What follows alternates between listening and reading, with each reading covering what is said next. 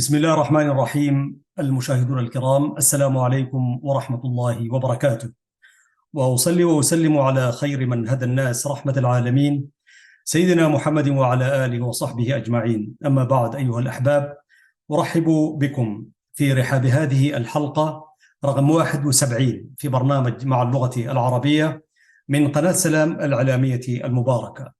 ولا نزال مشاهدينا الكرام في سلسلة الحديث عن الكتاب الهام، وهو كتاب حركة تحرير إريتريا، محطة من محطات مسيرة نضالنا الوطني، مذكرات شخصية للكاتب الشهيد الراحل الأستاذ محمد برهان حسن آدم رحمة الله عليه. وهذه هي الحلقة أو الجزء الرابع والأخير في سلسلة الحديث عن هذه الحلقة أو الشهيد الراحل. في الصفحة 118 وفي الباب السادس عشر ذكر الكاتب محمد برهان حسن آدم يقول: هذا الباب يتكون من موضوعين، سوف أتناول الموضوع الثاني. الموضوع الثاني المرتكزات الأساسية لحركة تحرير إريتريا: ألف القسم، باء اللائحة، جيم حول اللائحة، دال البرنامج السياسي. ويقول أو يتساءل حقيقة: هل هذه اللوائح والبرنامج السياسي الوارد في كتاب حركة تحرير إريتريا الحقيقة والتاريخ للكاتب المناضل الأستاذ الشهيد محمد سعيد ناود، يقول: هل هي نفس اللوائح والبرامج التي صدرت عند تأسيس تنظيم حركة تحرير إريتريا؟ يجيب على ذلك التساؤل بعد اطلاعي على ما ورد في الكتاب، وجدته كالتالي: أولا، اللائحة حول اللائحة من حيث رؤوس العناوين وبعض المضامين هي تماثل تلك اللوائح التي نعرفها، ولكن هناك تغيير في العبارات، وهو تغيير واضح وإضافة، أي إضافة بعض المضامين التي لم تكن موجودة سابقا، مثل في شروط العضوية عبارة وينتمي إلى أحد تنظيماتها ويعمل بها. هذه العبارة لم تكن موجودة في شروط العضوية في اللائحة التي نعرفها كما يقول الشهيد محمد برهان. هذه العبارة توحي كأن للحركة تنظيمات تابعة لها. ثانيا، حول البرنامج السياسي. البرنامج السياسي للحركة الذي نعرفه هو عبارة عن مقدمة لهيكل تنظيمي لا يتجاوز صفحة واحدة. أما البرنامج السياسي الوارد في كتاب المؤلف حركة تحرير إريتريا الحقيقة والتاريخ يتكون من 23 صفحة، ما يؤكد أن هذا البرنامج السياسي جديد لا نعرف متى صدر. ومن خلال قراءتنا لنصوص مواد هذا البرنامج يتضح بأنه جديد، وسوف أذكر بعض الأمثلة التي تؤكد ذلك كما يقول الراحل محمد برهان.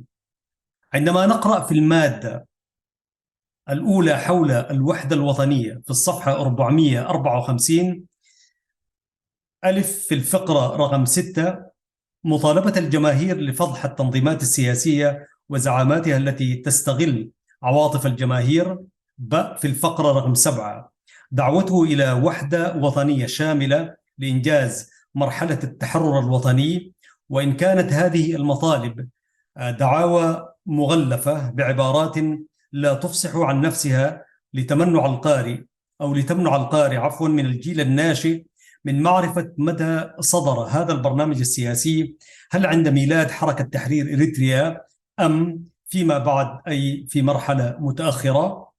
وأيضا عندما نقرأ في المادة الثانية من البرنامج حول موقفنا من الشعب الإثيوبي، هناك نجد وضوحا بأن البرنامج السياسي قد صدر متأخرا، وليس ذلك البرنامج الذي نعرفه عند ميلاد تنظيم حركة تحرير إريتريا. وما يدل على ذلك النص الوارد في الصفحة 455، يعني يقول: بدأ الجيش الإثيوبي يجند أعدادا هائلة من الإثيوبيين لضرب ثورة الشعب الإريتري الذي حمل السلاح دفاعا عن وطنه. وفي مكان آخر يتحدث حول الأهداف في المادة الخامسة من البرنامج السياسي عن الحريات الأساسية وعن الاقتصاد، التعليم، الصحة والسياحة. في النهاية يقول الكاتب محمد برهان حسن آدم: نصل إلى استنتاج أن هذه اللوائح والبرامج السياسية كتبت عند الشروط في الكتابة عن تاريخ حركة تحرير إريتريا الحقيقة والتاريخ، ومن مرحلة متأخرة عندما أصبحت حركة تحرير إريتريا ظاهرة وليس واقعا. قاعدتها قيادة الحركة ورئيسها الأستاذ محمد سعيد ناود رحمة الله عليه. يقول الكاتب محمد برهان: للأمانة التاريخية كان يجب على المؤلف أن يضمن كتابه هذه اللوائح والبرنامج السياسي الذي صدر عند تأسيس حركة تحرير إريتريا، ثم يعرفنا عن برنامجه السياسي الجديد متى عدل وطور، لأن من حق أي تنظيم أن يعدل ويطور لوائحه وبرنامجه السياسي متى ما شاء وعندما يتطلب الأمر ذلك. في الصفحة 120 يقول الكاتب محمد برهان: كتاب حركة تحرير إريتريا الحقيقة والتاريخ تناول نشاطات تنظيم الحركة عندما كانت واقعا فعليا عند تأسيسها وانتشارها حتى شهر نوفمبر من عام 1962، وعند تعثرها حتى عام 1963، والجزء الآخر عندما أصبحت ظاهرة تاريخية وليس واقعا. وإني لم أناقش تلك الفترة المتأخرة، وهي تمتد من عام 1966 الذي بدأ فيه المسؤول الأول محمد سعيد ناود بالتفرغ في الزمن الضائع، عندما يتمنى أهل الرياضة بأن يسجل فريقهم الهدف في الزمن الضائع، وذلك تاركا وظيفته حتى انضمامه إلى قوات التحرير الشعبية عام 1971، وهي الفترة التي أصبحت فيها الحركة قيادة بلا قاعدة.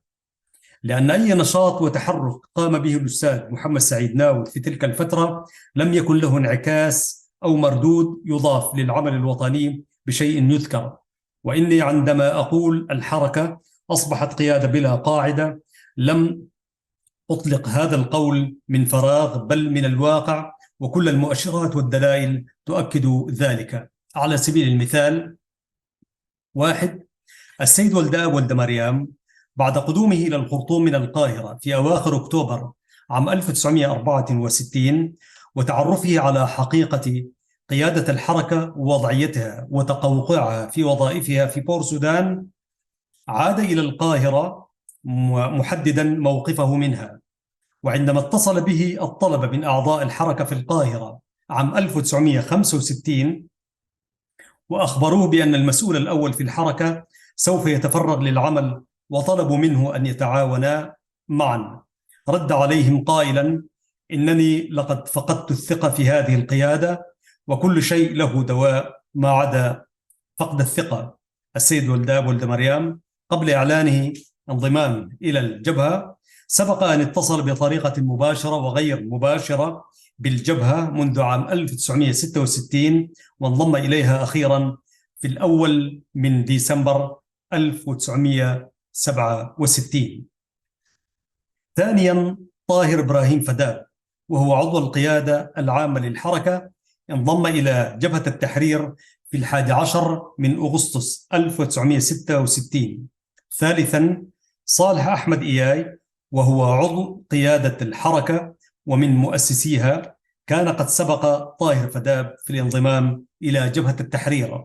رابعا: محمود إسماعيل الحاج، عضو قيادة أسمرة، انضم إلى الجبهة في 15 من سبتمبر 1965. خامسا: محمد برهان حسن، أيضا انضم إلى الجبهة عام 1966. سادسا: أغلب قيادة أسمرة والمرشحين للقيادة ونشطائها البارزين انضموا إلى الجبهة مبكرا منذ عام 1964، والبعض منهم سافر إلى الخارج منذ عام 1965. هناك من كان مجمدا نشاطه أو انضم للجبهة، ومن بقي في الداخل من القيادات انضم إلى الجبهة، والبعض جمد نشاطه. وقد أوفدت قيادة الحركة إلى الداخل عام 1964 السيد عمر عبد الله محمد، والتقى بالزملاء أعضاء قيادة أسمرة وهم موسى أرحو، سعيد ياسين، نور عبد الحي، وطلب منهم مواصلة نشاطاتهم، ومن جانبهم أكدوا له أنهم قد جمدوا نشاطهم في تنظيم الحركة، وطلبوا منه أن لا يتصل بهم مرة أخرى لأن قواعد الحركة قد انتقلت إلى موقع الثورة الذي تقوده جبهة التحرير الإريترية، والأمر بالنسبة لهم منتهي. في القسم الثاني يقول الكاتب محمد برهان: في القسم الثاني من هذا الكتاب تعرضت بالنقد والتعليق والتصحيح ل10 أبواب لكتاب حركة تحرير إريتريا الحقيقة والتاريخ الذي أصدره الأستاذ محمد سعيد ناوي. هنا ألخص ما تناولته في الآتي: 1. أبديت إعجابي وتقديري للموضوع الذي كتبه المؤلف تحت عنوان المناخ الذي تأسست فيه حركة تحرير إريتريا، لأن الكاتب هنا في هذا الموضوع يفرض عليك الإعجاب والتقدير لسعة اطلاعه وإلمامه وقدرته التسجيلية بقلمه البارع وأسلوبه الشيق لذلك المناخ الذي كان يسود آنذاك العالم بأسره. 2. انتقدت الكاتب لتجاهله في مواضع كثيرة من الكتاب ذكر تواريخ الوقائع والأحداث والنشاطات التي قام بها التنظيم، واعتبرت أن كتابة التاريخ بهذه الطريقة لا تنتمي إلى التاريخ بل إلى الرواية، لأن تجاهله التواريخ يضعه في موضع الظنون، وكأنه يريد أن يتصرف في كتابة التاريخ أو في كتابه التاريخ بما تهوى نفسه من إملاء على التاريخ. 3. أشرت إلى عدم ترتيب المواضيع في تسلسلها الزمني بشكل أمين داخل الكتاب، واعتبرت الهدف من ذلك هو منع القارئ من التعرف والإمساك ببداية نشاط التنظيم حسب تسلسلها التاريخي، ليوحي للقارئ بأن كل شيء متساوي وكأن التنظيم بدأ متناميا، وأيضا لإظهار أن تنظيم الحركة وحيد في الساحة الإريترية، متناسيا وجود تيارات وطنية تتحرك بدرجات متفاوتة من حيث الحجم ودقة التنظيم. 4. أوضحت طبيعة الإجماع الذي عقده المسؤول الأول لحركة تحرير إريتريا من وراء ظهر قيادة أسمرا وقواعد التنظيم وبدون علمهم، وسمى هذا الاجتماع بمؤتمر أسمرا. ناقشت ادعاءه الباطل بأن المؤتمر عقد من أجل اتخاذ قرار تنفيذ الثورة الانقلابية، وعمر تنظيم الحركة في أسمرا لم يتجاوز آنذاك 4 أشهر. موضوع ما يسمى بمؤتمر أسمرا مليء بالمغالطات والادعاءات الباطلة والعارية من الصحة، فأوضحت الحقيقة معلقا ومنتقدا ومبينا هذه المغالطات والادعاءات. 5. جمع المؤلف بقدر الإمكان أسماء أعضاء الحركة من الداخل والخارج، المدن والأرياف الإريترية، وصنفها إلى المدرسين والبرلمانيين والشرطة والشرائح الاجتماعية الأخرى، وسجلها في كتابه. ناقشت الطريقة التي تم جمع الأسماء، وتوصلت إلى أن عملية الجمع كانت شبيهة بالمقايضة، وأبديت رأيي فيها، وقلت طالما أن مشاركة الشعب الإريتري بجميع فئاته وتنظيماته بما فيها الحركتين في مسيرة النضال الوطني الطويل أدت إلى تحقيق النصر، إني لا أرى أي أهمية تذكر لتسجيل أسماء أعضاء التنظيم في كتاب يتناول فترة معينة من النضال الوطني ولا أجد له أي معنى. ثم ماذا يعني تسجيل أسماء أعضاء الحركة؟ هل هو لإثبات حجم نشاط الحركة ما قبل قيادة الثورة، وذلك من خلال إظهار عدد الأعضاء، أم من أجل تسجيلهم في كتاب سجل الأبطال الخالدين؟ واعتبرت هذه سابقة من الكاتب، ولم أرى مثيلا لها في الكتب التي تؤرخ الأحزاب والحركات السياسية، وهي قد تكون إيجابية أو عكس ذلك. 6. صححت رؤية المؤلف حول معلوماته المغلوطة أو المقصودة في موضوع الأوكار والمقررات وكتابة التقارير، ومن كان يحفظ هذه الوثائق وأماكن عقد الاجتماعات ومن كان يكتب التقارير. 7. نسب المؤلف قيادة الحركة بالداخل إلى اللجنة الوطنية التي تشكلت كلجنة احتياطية قبل كشف تنظيم الحركة وتعثره ب3 أو 4 أشهر. إنه تزوير للتاريخ انطلاقا من نفسية غير موضوعية، وقد فندت المزاعم في قلبه للحقائق بما فيها الكفاية حول موضوع قيادة الحركة بالداخل، واكتفيت بالقول هنا أن المسألة هي مسألة ضمير وأخلاق. ثامناً، تحدثت عن مبالغة المؤلف حول مسألة فروع الحركة سواء في إريتريا أو إثيوبيا، وانتقدته لأنه تناولها بصورة مطلقة. تاسعاً، ادعى المؤلف بأن منجستو نواي بعد انقلابه كان يرفع نفس الشعارات التي كان يبشر بها الأعضاء الحركيون من طلاب جامعة أسمرة. منجستو نواي قام بانقلابه ما بين شهر نوفمبر وديسمبر من عام 1960، وبدأ نشاط الحركة في أسمرة في أكتوبر من عام 1960. وهل دخلت الحركة إلى إثيوبيا بسنوات قبل دخولها إلى إريتريا؟ يتساءل. إذن القول بأن فرع أسمرة هو الذي أدخل الحركة إلى إثيوبيا بواسطة كحساي بهلبي، وهو الذي كان يشرف عليها، هو قول لا معنى له في هذه الحالة. عاشراً، نسب المؤلف 3 أحداث محاولات قام بها بعض الأفراد الجماعات إلى الحركة، وفي الحقيقة هم أفراد وجماعات غير منتمية إلى الحركة. فالمحاولات كانت 3 بخصوص الحالة الأولى، فإنهم كانوا مدفوعين بحسبهم أو بحسهم الوطني الحالة الثانية كانت وراءهم جماعة من أديس أبابا. هذه الجماعة حاولت أن تستخدم الحركة في محاولة اغتيال القس ديمتروس، ولكن قيادة أسمرة رفضت هذا الأسلوب، أسلوب الاغتيالات الفردية، لأنه يتعارض مع نهجها. وفي الحالة الثالثة أيضا فقد كان الأشخاص مدفوعين بحسهم الوطني، وليس كما رواه المؤلف بأنهم قاموا بتحركهم نتيجة التحريض والغش من أحد المسؤولين الحركيين الذي جند سرا في جبهة التحرير الإريترية. 11، المؤلف مستفيدا من خبراته النضالية الطويلة ومنجزات الثورة، خاصة من خلال المشاركة الفاعلة والكفاءات من مختلف فئات الشعب الإريتري، حاول محاكاة إنجازاتها في مجال إقامة مؤسسات التعليم والثقافة والفنون والفرق الفنية الوطنية، بل وفي رؤيتها المستقبلية في الأمور الاقتصادية والسياسية والاجتماعية.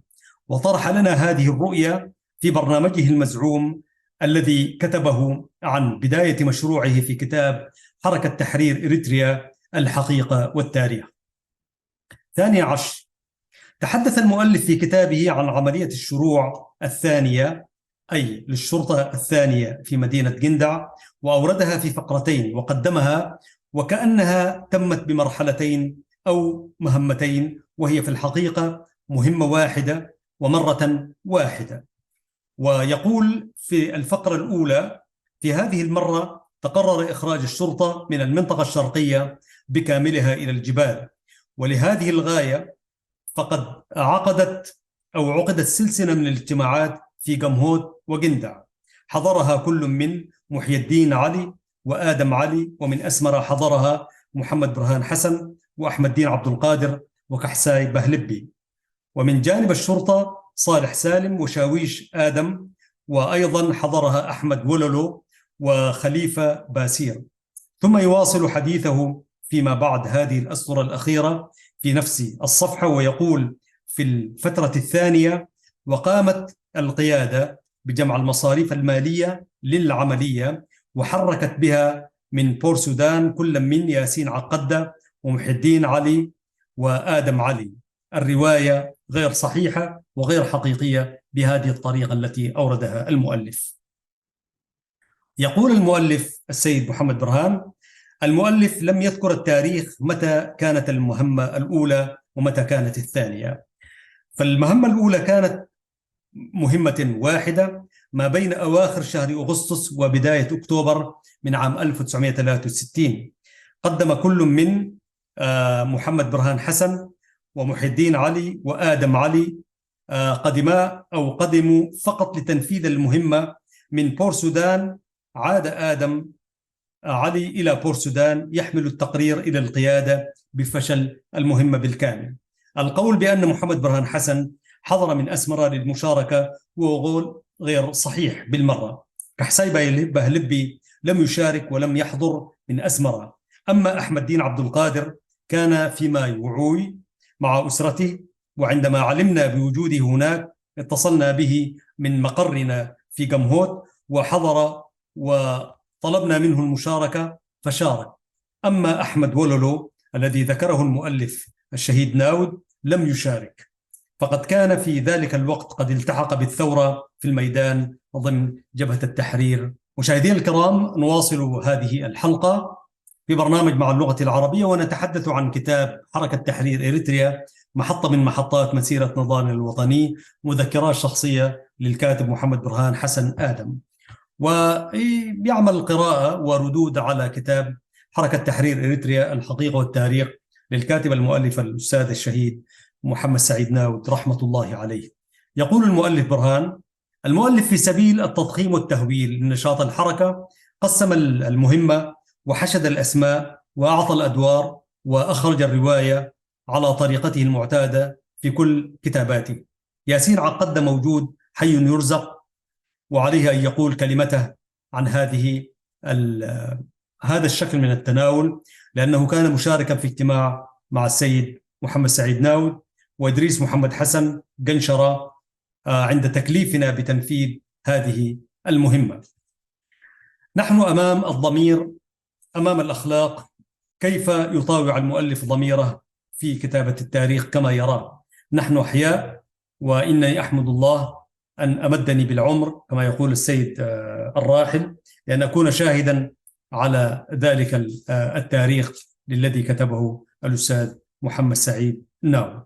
يقول السيد محمد برهان حسن: بعد إعلان الكفاح المسلح بقيادة تنظيم جبهة التحرير الإريترية وخروج الزعيم الوطني حامد إدريس عواتي، اجتمعت قيادة أسمرة وتدارست الوضع الجديد، وتوصلت بعد تبادل الرأي إلى 7 نقاط. قيادة أسمرة كلفت كل من تكو إحدقو ومحمد برهان حسن للذهاب إلى مقر قيادة الحركة في بور سودان لطرح النقاط ال7 أمام القيادة والتباحث معها. نحن المكلفون كانت وجهتنا إلى بور سودان، ولكن صادف وصول الأستاذ محمد سعيد ناود في كسلا، والتقينا به في منزل الشيخ محمد شريف. وفي اجتماعنا به طرحنا المسائل التي كلفتنا بها قيادة أسمرة وناقشناها معا، وأفادنا برده على جميع النقاط المطروحة للنقاش. ثم عدنا إلى أسمرة في اليوم الثاني من وصولنا إلى مدينة كسلا. رأي الأستاذ محمد سعيد ناود بتحريك مجموعة إلى الجبال للبحث عن حامد إدريس عواتي بحضورنا وانتظارنا عدة أيام في كسلا حتى عودة تلك المجموعة وتقديم تقريرها لنا بعدم تمكنها بالاتصال بالزعيم حامد إدريس عواتي، كل هذا غير صحيح كما يرى الأستاذ محمد برهان، ولم يحصل ذلك على الإطلاق. إذا كان محمد سعيد ناود جاء لنفس الغرض أو لغيره لم يخبرنا به. لماذا هذا الشكل من التناول للحقائق؟ وما هي الفائدة؟ هل هو لإثبات أن عواتي كان حركيا، أم هو لتضخيم دور الحركة على حساب الحقيقة؟ في 14 يقول المؤلف حاول أن يجعل قضية سجناء لمبكة قضية اللجنة الوطنية، وقدمها تحت عنوان سجناء لمبكة من أعضاء حركة تحرير إريتريا على النحو التالي: وكانت قمة الاعتقالات الهوجاء تلك التي شملت اللجنة الوطنية في أسمرة، والتي كانت تعتبر القيادة العليا بالحركة. وكان اعتقال اللجنة الوطنية بتاريخ أوائل نوفمبر من عام 1963. أعضاء حركة تحرير إريتريا من أعضاء اللجنة الوطنية وغيرهم نقلوا سرا إلى أديس أبابا. التهم التي كانت موجهة لأعضاء الحركة الوطنية ومن ثم شملت غيرهم. ثم يذكر إحدى التهم الموجهة للجنة الوطنية، أي اجتماعها بالسكرتير الأول في سفارة الاتحاد السوفيتي بأديس أبابا، والذي قدم إلى أسمرة بجواز سفر غير دبلوماسي باعتباره تاجرا. الملاحظة على ما ورد يوردها الشهيد محمد برهان حسن على النحو التالي: أعضاء الحركة الوطنية المعتقلون في هذه القضية هم 4 فقط، وهم عبد كرار، سعيد خليفة، إسماعيل حاج محمود، ومحمد حامد علي. أما الاثنان لم يكونا من أعضاء اللجنة الوطنية، بل هي إضافة من عند المؤلف كما يرى. إما ذلك لإظهار حجم عدد أعضاء اللجنة المعتقلين، أو ليوحي بأن اللجنة تمثل جميع الفئات الإريترية في قضية سجناء ألمبكة. قضية اعتقال أعضاء الحركة وهي قضية سجناء ألمبكة أسبابها كانت المشاركة في إقناع الشرطة بمدينة جندع وإعطائهم المبالغ التي جمعت لهذا الغرض بواسطة المتهم الأول. عدد المعتقلين في هذه القضية 24 شخصا من إريتريا نقلوا إلى أديس أبابا، وأضيف إليهم 2 من أديس أبابا. المجموعة بلغت 26 شخصا، وافرج عن 7 منهم في أديس أبابا وأعيدوا إلى إريتريا. الباقي وهم 19 شخص قدموا إلى المحاكمة ونقلوا من مركز الشرطة إلى سجن ألمبكة. والتهمة الموجهة للجميع هي واحدة، وهي محاولة إخراج قوة الشرطة من جندع باستثناء المتهم الثاني وهو كحساي باهلبي، ورقم 18 وردي قبر يوهنس، ورقم 19 قرماي قبر مسقل. أضيفت تهم اجتماع مع شخص أجنبي. ومن حيث ترتيب جسامة التهم التي كانت موجهة إلى أعضاء الحركة الوطنية، كان ترتيبهم يعد المتهم السابع. إذن لماذا كل هذا الاتهام باللجنة الوطنية أو الاهتمام حقيقة؟ لماذا كل هذا الاهتمام باللجنة الوطنية؟ لماذا كل هذه المحاولات التي تهدف إلى جعل قضية سجناء ألمبكة قضية اللجنة الوطنية، برغم وجود صالح أحمد إياي ضمن المعتقلين في سجن ألمبكة، وهو عضو في قيادة الحركة، وهو ومن مؤسسيها ومشرف على قيادة كرن والمديرية الغربية، وكذلك رغم وجود أحمد دين عبد القادر ومحمد برهان حسن وهم من قيادة أسمر المركزية. الإجابة هي أن المؤلف وضع اللجنة الوطنية في مقام اسمه القيادة العليا في الداخل. إذن فإن هذا السجن العرضي الذي وقعت فيه اللجنة الوطنية كانت فرضته فقط، أو فرصته لإظهارها وبالتالي لتبرير ما أقدم عليه. 15 يقول الكاتب محمد برهان: ناقشت في الباب 16 الموضوع الثاني وهو المرتكزات الأساسية لحركة تحرير إريتريا وبرنامجها السياسي. ألف القسم، باء اللائحة، جيم اللائحة الداخلية، دال البرنامج السياسي. وتساءلت: هل هذه اللائحة والبرنامج السياسي الوارد في كتاب حركة تحرير إريتريا الحقيقة والتاريخ هي نفس اللائحة والبرنامج السياسي الذي صدر عن تأسيس تنظيم الحركة؟ بعد اطلاعي على ما ورد وجدته كالتالي: أولا، اللائحة وحول اللائحة من حيث رؤوس العناوين وبعض المضامين هي تماثل اللوائح التي نعرفها، مع تغيير في العبارات وإضافة بعض المضامين تغييرا واضحا، وأوردت أمثلة لهذا التغيير. ثانيا، حول البرنامج السياسي قلت إن البرنامج السياسي للحركة الذي نعرفه هو عبارة عن مقدمة قصيرة لا تتجاوز صفحة واحدة، وبعده مباشرة يرد الهيكل التنظيمي. أما البرنامج السياسي الوارد في كتاب المؤلف فإنه يتكون من 23 صفحة.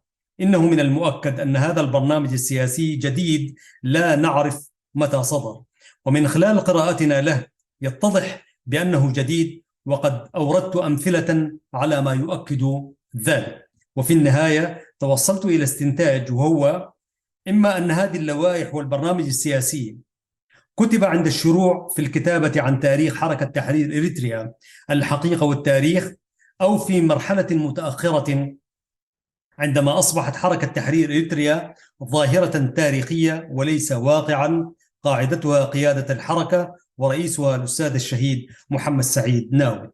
للأمانة التاريخية، يقول السيد محمد برهان، كان يجب على المؤلف ناود أن يضمن في كتابه تلك اللوائح والبرنامج السياسي الذي صدر عند تأسيس الحركة، ثم يعرفنا عن برنامجه السياسي الجديد متى عدل وطور، لأن من حق التنظيمات أن تعدل وتطور لوائحها وبرنامجها السياسي متى ما شاءت عندما يتطلب الوضع ذلك وعبر المؤتمرات التنظيمية. أيها المشاهدون الكرام، سنتوقف هنا لفاصل قصير ثم نكمل هذه الحلقة، وهي الحلقة الأخيرة من كتاب وقراءة في كتاب حركة تحرير إريتريا، محطات من محطات مسيرة نضالنا الوطني، مذكرات شخصية للكاتب الشهيد الراحل محمد برهان حسن آدم، ويورد نقده وقراءته لكتاب حركة تحرير إريتريا الحقيقة والتاريخ للشهيد الكاتب الأستاذ المناضل محمد سعيد ناوي. فاصل قصير وأعود إليكم أيها الإخوة والأخوات.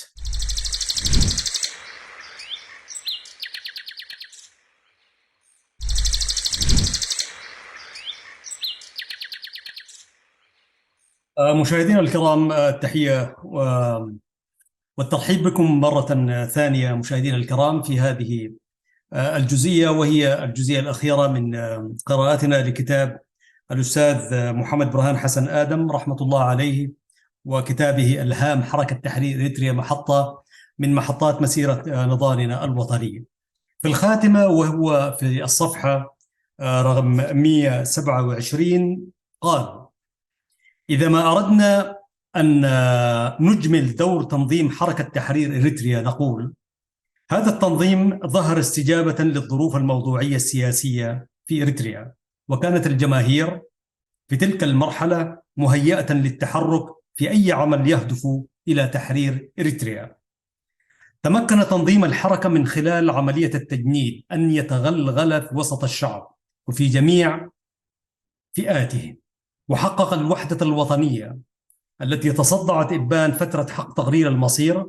وتأكيداً على هذه الوحدة شكلت مجموعة قيادة أسمرة مجموعة متماسكة، وقادت العمل من جميع فئات الأمة الإريترية منذ ظهور الحركة الوطنية. تنظيم حركة تحرير إريتريا من خلال إقامة خلاياها السرية بث الوعي الوطني وخلق الثقة في نفسية الإريتري. هذه الثقة حفزته إلى العمل والاقتناع بأنه إذا ما أراد أو إذا ما وحد صفوفه فإنه قادر على مواجهة الاستعمار الإيثيوبي. تنظيم حركة تحرير إريتريا عمق فكر ومفهوم النضال في سبيل الاستقلال الوطني من خلال ما كان يتصدره من دراسات ونشرات إصداراته. بمعنى ما قبل ظهور هذا التنظيم كان الأفراد والجماعات يرهبهم الاعتقال ويتوجسون منه، ولكن بعد ممارسة العمل السياسي المنظم أصبحوا يعتادونه ولا يهابونه، وأصبح الاعتقال مفخرة ومصدر اعتزاز وطني، كما كان فيما بعد في مرحلة الكفاح المسلح الاستشهاد مفخرة ومصدر اعتزاز يتسابق إليه الجميع فداء للوطن العزيز. الحركة بعد تأسيسها وانتشارها في الخارج والداخل تعثرت وتخلفت لعدة عوامل، منها كما يرى الشهيد الكاتب محمد برهان حسن آدم يقول: قيادة الحركة كانت بعيدة من أرض الوطن وغير متفرغة للعمل السياسي. تقديم اللوائح وبرامج الهيكل التنظيمي المستوحى أو المستعار من أحزاب سودانية لم يكن كافياً لقيادة الجماهير من الموقع الوظيفي في مؤسسات سودانية. 3. قيادة مركزية أسمرة ومركزية كرن كانتا أسيرتي مركزية القيادة العامة للحركة في بور سودان، ولم يستطيعا إحداث تغيير في أشكال النضال في ضوء التحولات وتنامي العمل الوطني وما يتطلبه هذا التنامي من اتخاذ القرارات للانتقال إلى مرحلة متقدمة من أشكال النضال، بل كانت المهام هي السعي المتواصل إلى تجنيد الأفراد على وتيرة واحدة، وهذا التجنيد المتواصل بأسلوب سري ذو شروط صارمة، والذي يستغرق في كسب عدد محدود من الأفراد مدة طويلة من الزمن. أيضا نقول تجاوزا القيادة العامة للحركة، ولكن في الحقيقة والواقع كانت القيادة منوطة إلى فرد واحد وهو السيد محمد سعيد ناود كما يرى الأستاذ محمد برهان، بدليل أن القيادة لم يكن فيها توزيع للمسؤوليات والمهام بين أعضائها. وهذا ما أكده المسؤول الأول السيد محمد سعيد ناود في كتابه ولمسناه نحن عندما ذهبنا إلى مقر القيادة وتم الاحتكاك بها. وعامل آخر أضعف الحركة يتمثل في ضبابية وسائل التحرير، سوى طرحها عبارة عامة: الحركة سرية ثورية. برغم ما أورده برنامج الحركة من تقسيم مراحل التحرير إلى 4 مراحل، وهي مرحلة التأسيس، مرحلة الانتشار والتوسع، مرحلة التركيز، ومرحلة التنفيذ، ولكن شكل التنفيذ لم يطرحه تنظيم الحركة بالوضوح. على سبيل المثال، السيد طاهر إبراهيم فداب وهو من أعضاء الحركة، أعضاء القيادة العامة للحركة، يتحدث في شكل التنفيذ في كتابه حركة تحرير إريتريا ومسيرتها التاريخية بصور متناقضة. مرة يقول في الصفحة رقم 165 كما يلي: وقد استأثرت قيادتهم العمل بسرية في شكل التنفيذ، ولكنها أوضحت الخط العريض بأن يكون التغيير بالثورة. ولكن أي ثورة؟ هل هي ثورة حرب العصابات، أم هي الثورة العارمة كأي هبة من الهبات، أم الثورة الإنقلابية، أم أي نوع من أنواع الثورات؟ تكتموا تماما على هذا الأمر. وفي الصفحة 195 مرة أخرى يقول فداب: ومن المعروف أن الحركة تأسست في الأصل كتنظيم سري ثوري، وكانت وسيلتها لتحرير إريتريا القيام بتنفيذ إحدى خطتين، هما الثورة الإنقلابية أو الثورة المسلحة. أما الأستاذ محمد سعيد ناود صاحب كتاب حركة تحرير إريتريا الحقيقة والتاريخ، تبنى الفقرة الأولى وهي الثورة الإنقلابية، وطور الفكرة بعد تبرير وأسباب اختيار وسيلة الثورة الإنقلابية، ووضع شروطا لنجاحها في 5 خطوات، وهي أي هذه الشروط وفي بعض أجزائها وفي الجهة التي تلغي النظام الفيدرالي وتعلن الاستقلال بعد نجاح الثورة الإنقلابية يختلفان. مثلا عند طاهر فداب الجهة التي تعلن الاستقلال هي البرلمان، لأن الإعلام من البرلمان يكسب الشرعية. أما عند محمد سعيد ناود يأتي الإعلان من القيادة التي تقود الثورة. وأنا أتساءل كما يقول الأستاذ محمد برهان حسن آدم: إذا كان هذا صحيحا فلنفترض ذلك، وبما أن أدوات هذه الثورة وهم الشرطة وضباط الشرطة والبرلمانيون والجماهير من الميليشيات كما حدده كل منهما، وإذا كانت قيادة أسمرة وكرن هما اللتان تقودان وتقومان بالمهام وتتوليان توفير شروط الثورة الإنقلابية، نحن لم نسمع ولم نعرف بمثل هذه الخطة إلا بعد صدور كتاب الأستاذ الراحل طاهر فداب، والذي أورد فيه عن خطة مرحلة التنفيذ في فقرتين متناقضتين. رأيي الشخصي في هذا الموضوع كما يقول محمد برهان: إن المسؤول الأول في تنظيم حركة تحرير إريتريا هو من مؤسسي الحركة، وكان عضوا نشطا وبارزا في الحزب الشيوعي السوداني. أسس حركة تحرير إريتريا بالخبرة التي اكتسبها من ذلك الحزب، تبنى ونقل أسلوب ورؤية مخطط الحزب الشيوعي السوداني في النظام الذي يصارعه ويريد التخلص منه إلى تنظيم حركة تحرير إريتريا. بعد ذلك يأتي في الصفحة رقم 129 الأستاذ محمد برهان حسن آدم، فيتحدث عن الحزب الشيوعي السوداني وأشخاصه وعن تنظيم حركة تحرير إريتريا في حالة إريتريا، ويورد جملة من النقاط.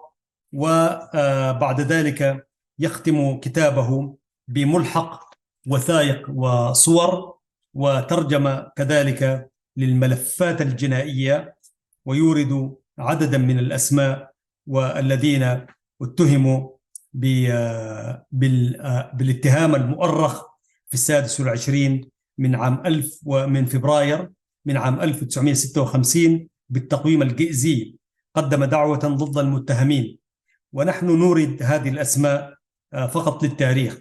يقول: الشرطي جندي صالح سالم، 2 كحساي بهلبي، 3 شيخ علي ياسين، 4 أحمد إسماعيل، 5 محمد برهان حسن، 6 أحمد دين عبد القادر آدم، 7 محمد موسى، 8 عبد كرار محمد، و9 سيد خليفة محمد، 10 سراج عبد محمد، 11 إسماعيل حاج محمود، 12 محمد حامد علي، 13 صالح إدريس عمر، 14 صالح حاج محمد سليمان، 15 آدم محمد صالح، 16 الأستاذ عمر طاهر، 17 صالح أحمد إياي، 18 وردي قبر يوهنس، 19 قرماي قبر مسقل.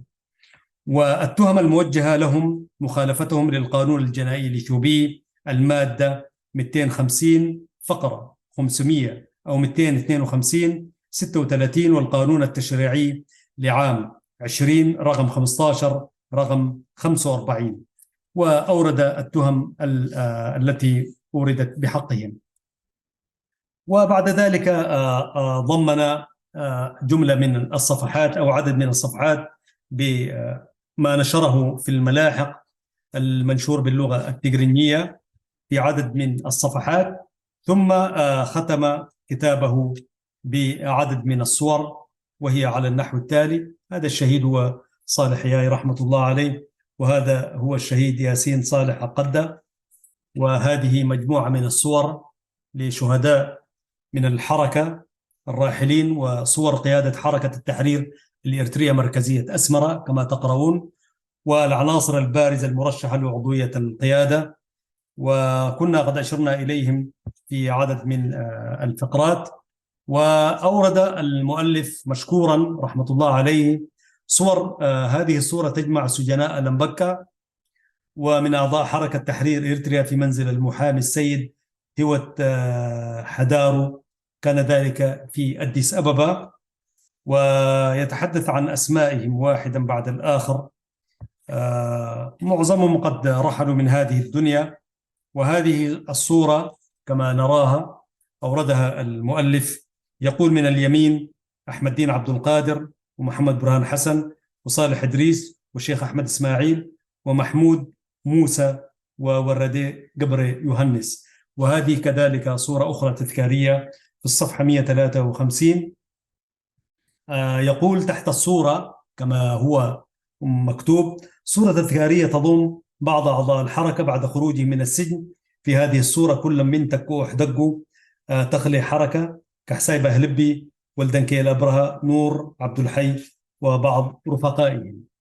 وهنا يورد المؤلف هذه الصورة، وهي صورة تذكارية مع رئيس جمهورية سوريا العربية الراحل حافظ الأسد، أبو القائد الموجود اليوم بشار الأسد، والدكتور هبتي عضو مكتب العلاقات الخارجية لجبهة التحرير الإريترية، ومحمد برهان حسن ممثل جبهة التحرير الإريترية بدمشق. في ذلك الوقت كان المرحوم شاب. وهذه صورة من الميدان فيما أحسب. يقول: صورة التقطت في الميدان، نعم، في إحدى الدورات، ويظهر محمد برهان حسن واقفا من اليسار. كذلك صورة لمحمد برهان مع رفاقه من المناضلين ألم وسراج موسى عبدو وإدريس عبد الله. كذلك أورد يعني مجموعة من الصور هي نادرة وما موجودة كثير كما تشاهدونها مشاهدين الكرام. والكتاب دائما عندما يتضمن صور ووثائق بيكون ذات قيمة وأهمية ومصداقا للأحاديث التي أوردها الكاتب. وأخيرا ختم الكاتب كتابه رحمة الله عليه بالفهرس الذي كنا قد أشرنا إليه. مشاهدينا الكرام، رحم الله الكاتب المناضل الأستاذ محمد برهان حسن آدم على منجزه وكتابه الهام.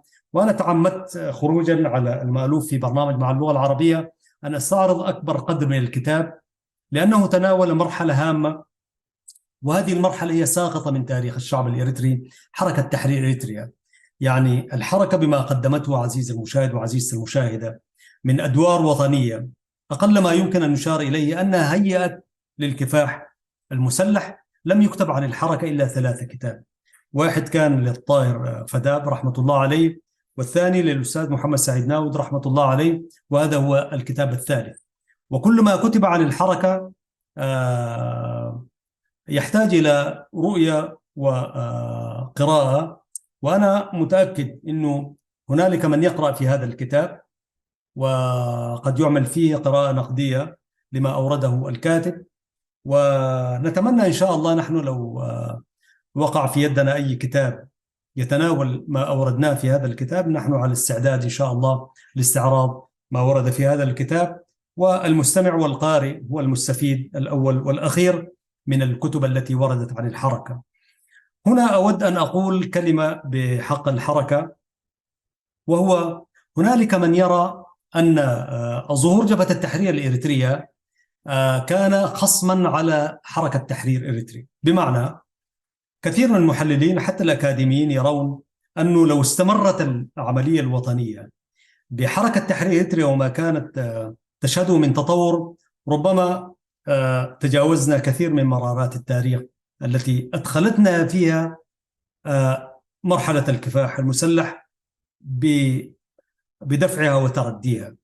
ولكن قراءة لهذا الكتاب أنا أستطيع أن أقول أنه وصلت إلى قناعة أنه حركة تحرير إريتريا بما كانت تحمله من رؤى هي لم تتبلور أو كان لم يكتب لها أكثر مما نجحت إليه ووصلت إليه ذلك المستوى من الوعي والانتشار.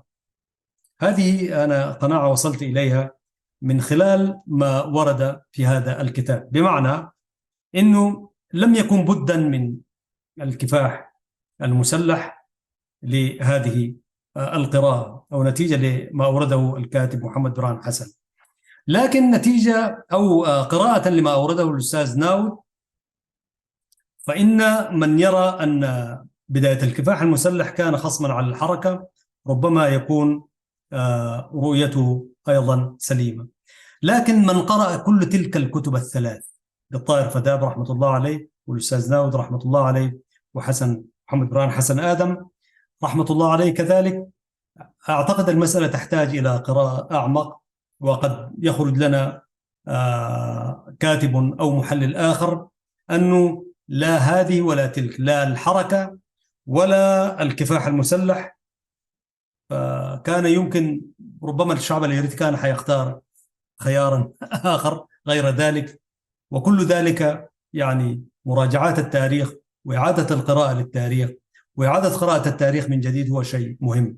أنا لست متخصص في التاريخ، لكن الذين يدرسون التاريخ يمكنهم أن يفيدونا بذلك، ونحن على استعداد تام المشاهد الكريم أن نستضيف أي من له رأي بالذات فيما صدر من كتب وما يمكن أن يطرحه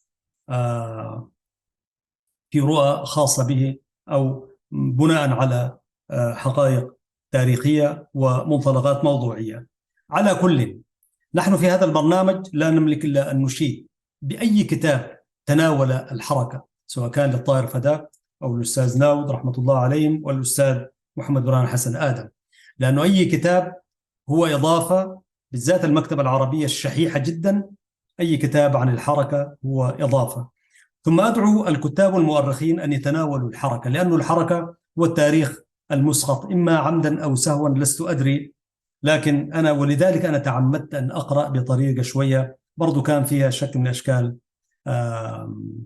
التناول، ربما يكون غير موضوعي في مادة تلفزيونية أن تقرأ كتاب، لكن هذا هو قدرنا، لأن المادة المكتوبة للتاريخ للقراءة من الصعب جدا أن تقرأها للمشاهدين، فاعذرونا. أنا أعرف إنكم تحملتونا بأخطاء وتعثر هنا وهناك، لكن هذا قدرنا، لأنه من الصعب جدا أيضا تلخيص. أنا رأيت أنه كان ممكن أن نلخص هذا الكتاب، لكن قلت حقيقة للتاريخ كذلك أن نورد أكبر قدر ممكن مما أورده الكاتب الأستاذ محمد برهان حسن آدم رحمة الله عليه، له التحية، والتحية كذلك للشهداء الكتاب القادة محمد سعيد ناود رحمة الله عليه وهو الذي أثرى المكتبة العربية، والأستاذ محمد طاهر فداب رحمة الله عليه على ذلك المنجز.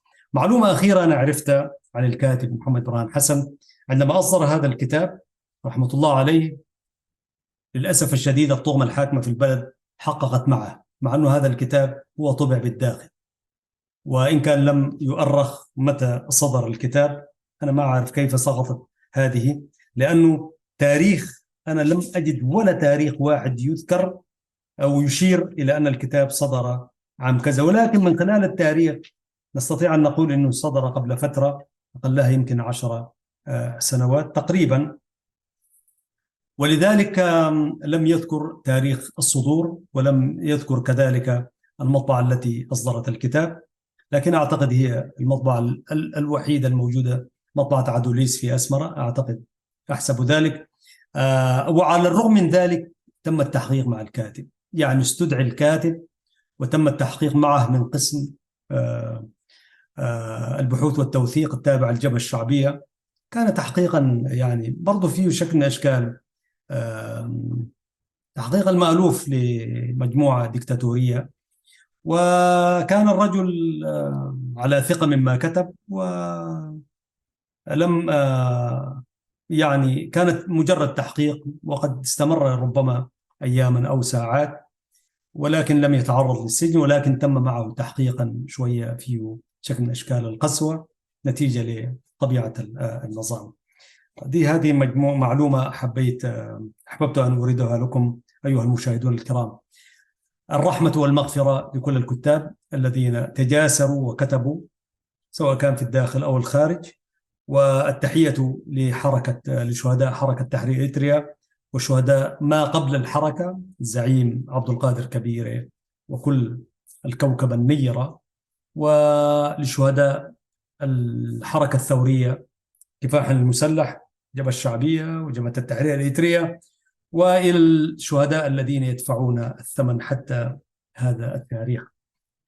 هذا وبالله التوفيق أيها الإخوة المشاهدون. كان ذلك هو الجزء الرابع من كتاب حركة تحرير إريتريا، محطة من محطات مسيرة نضالنا الوطني للكاتب الشهيد الراحل محمد برهان حسن آدم.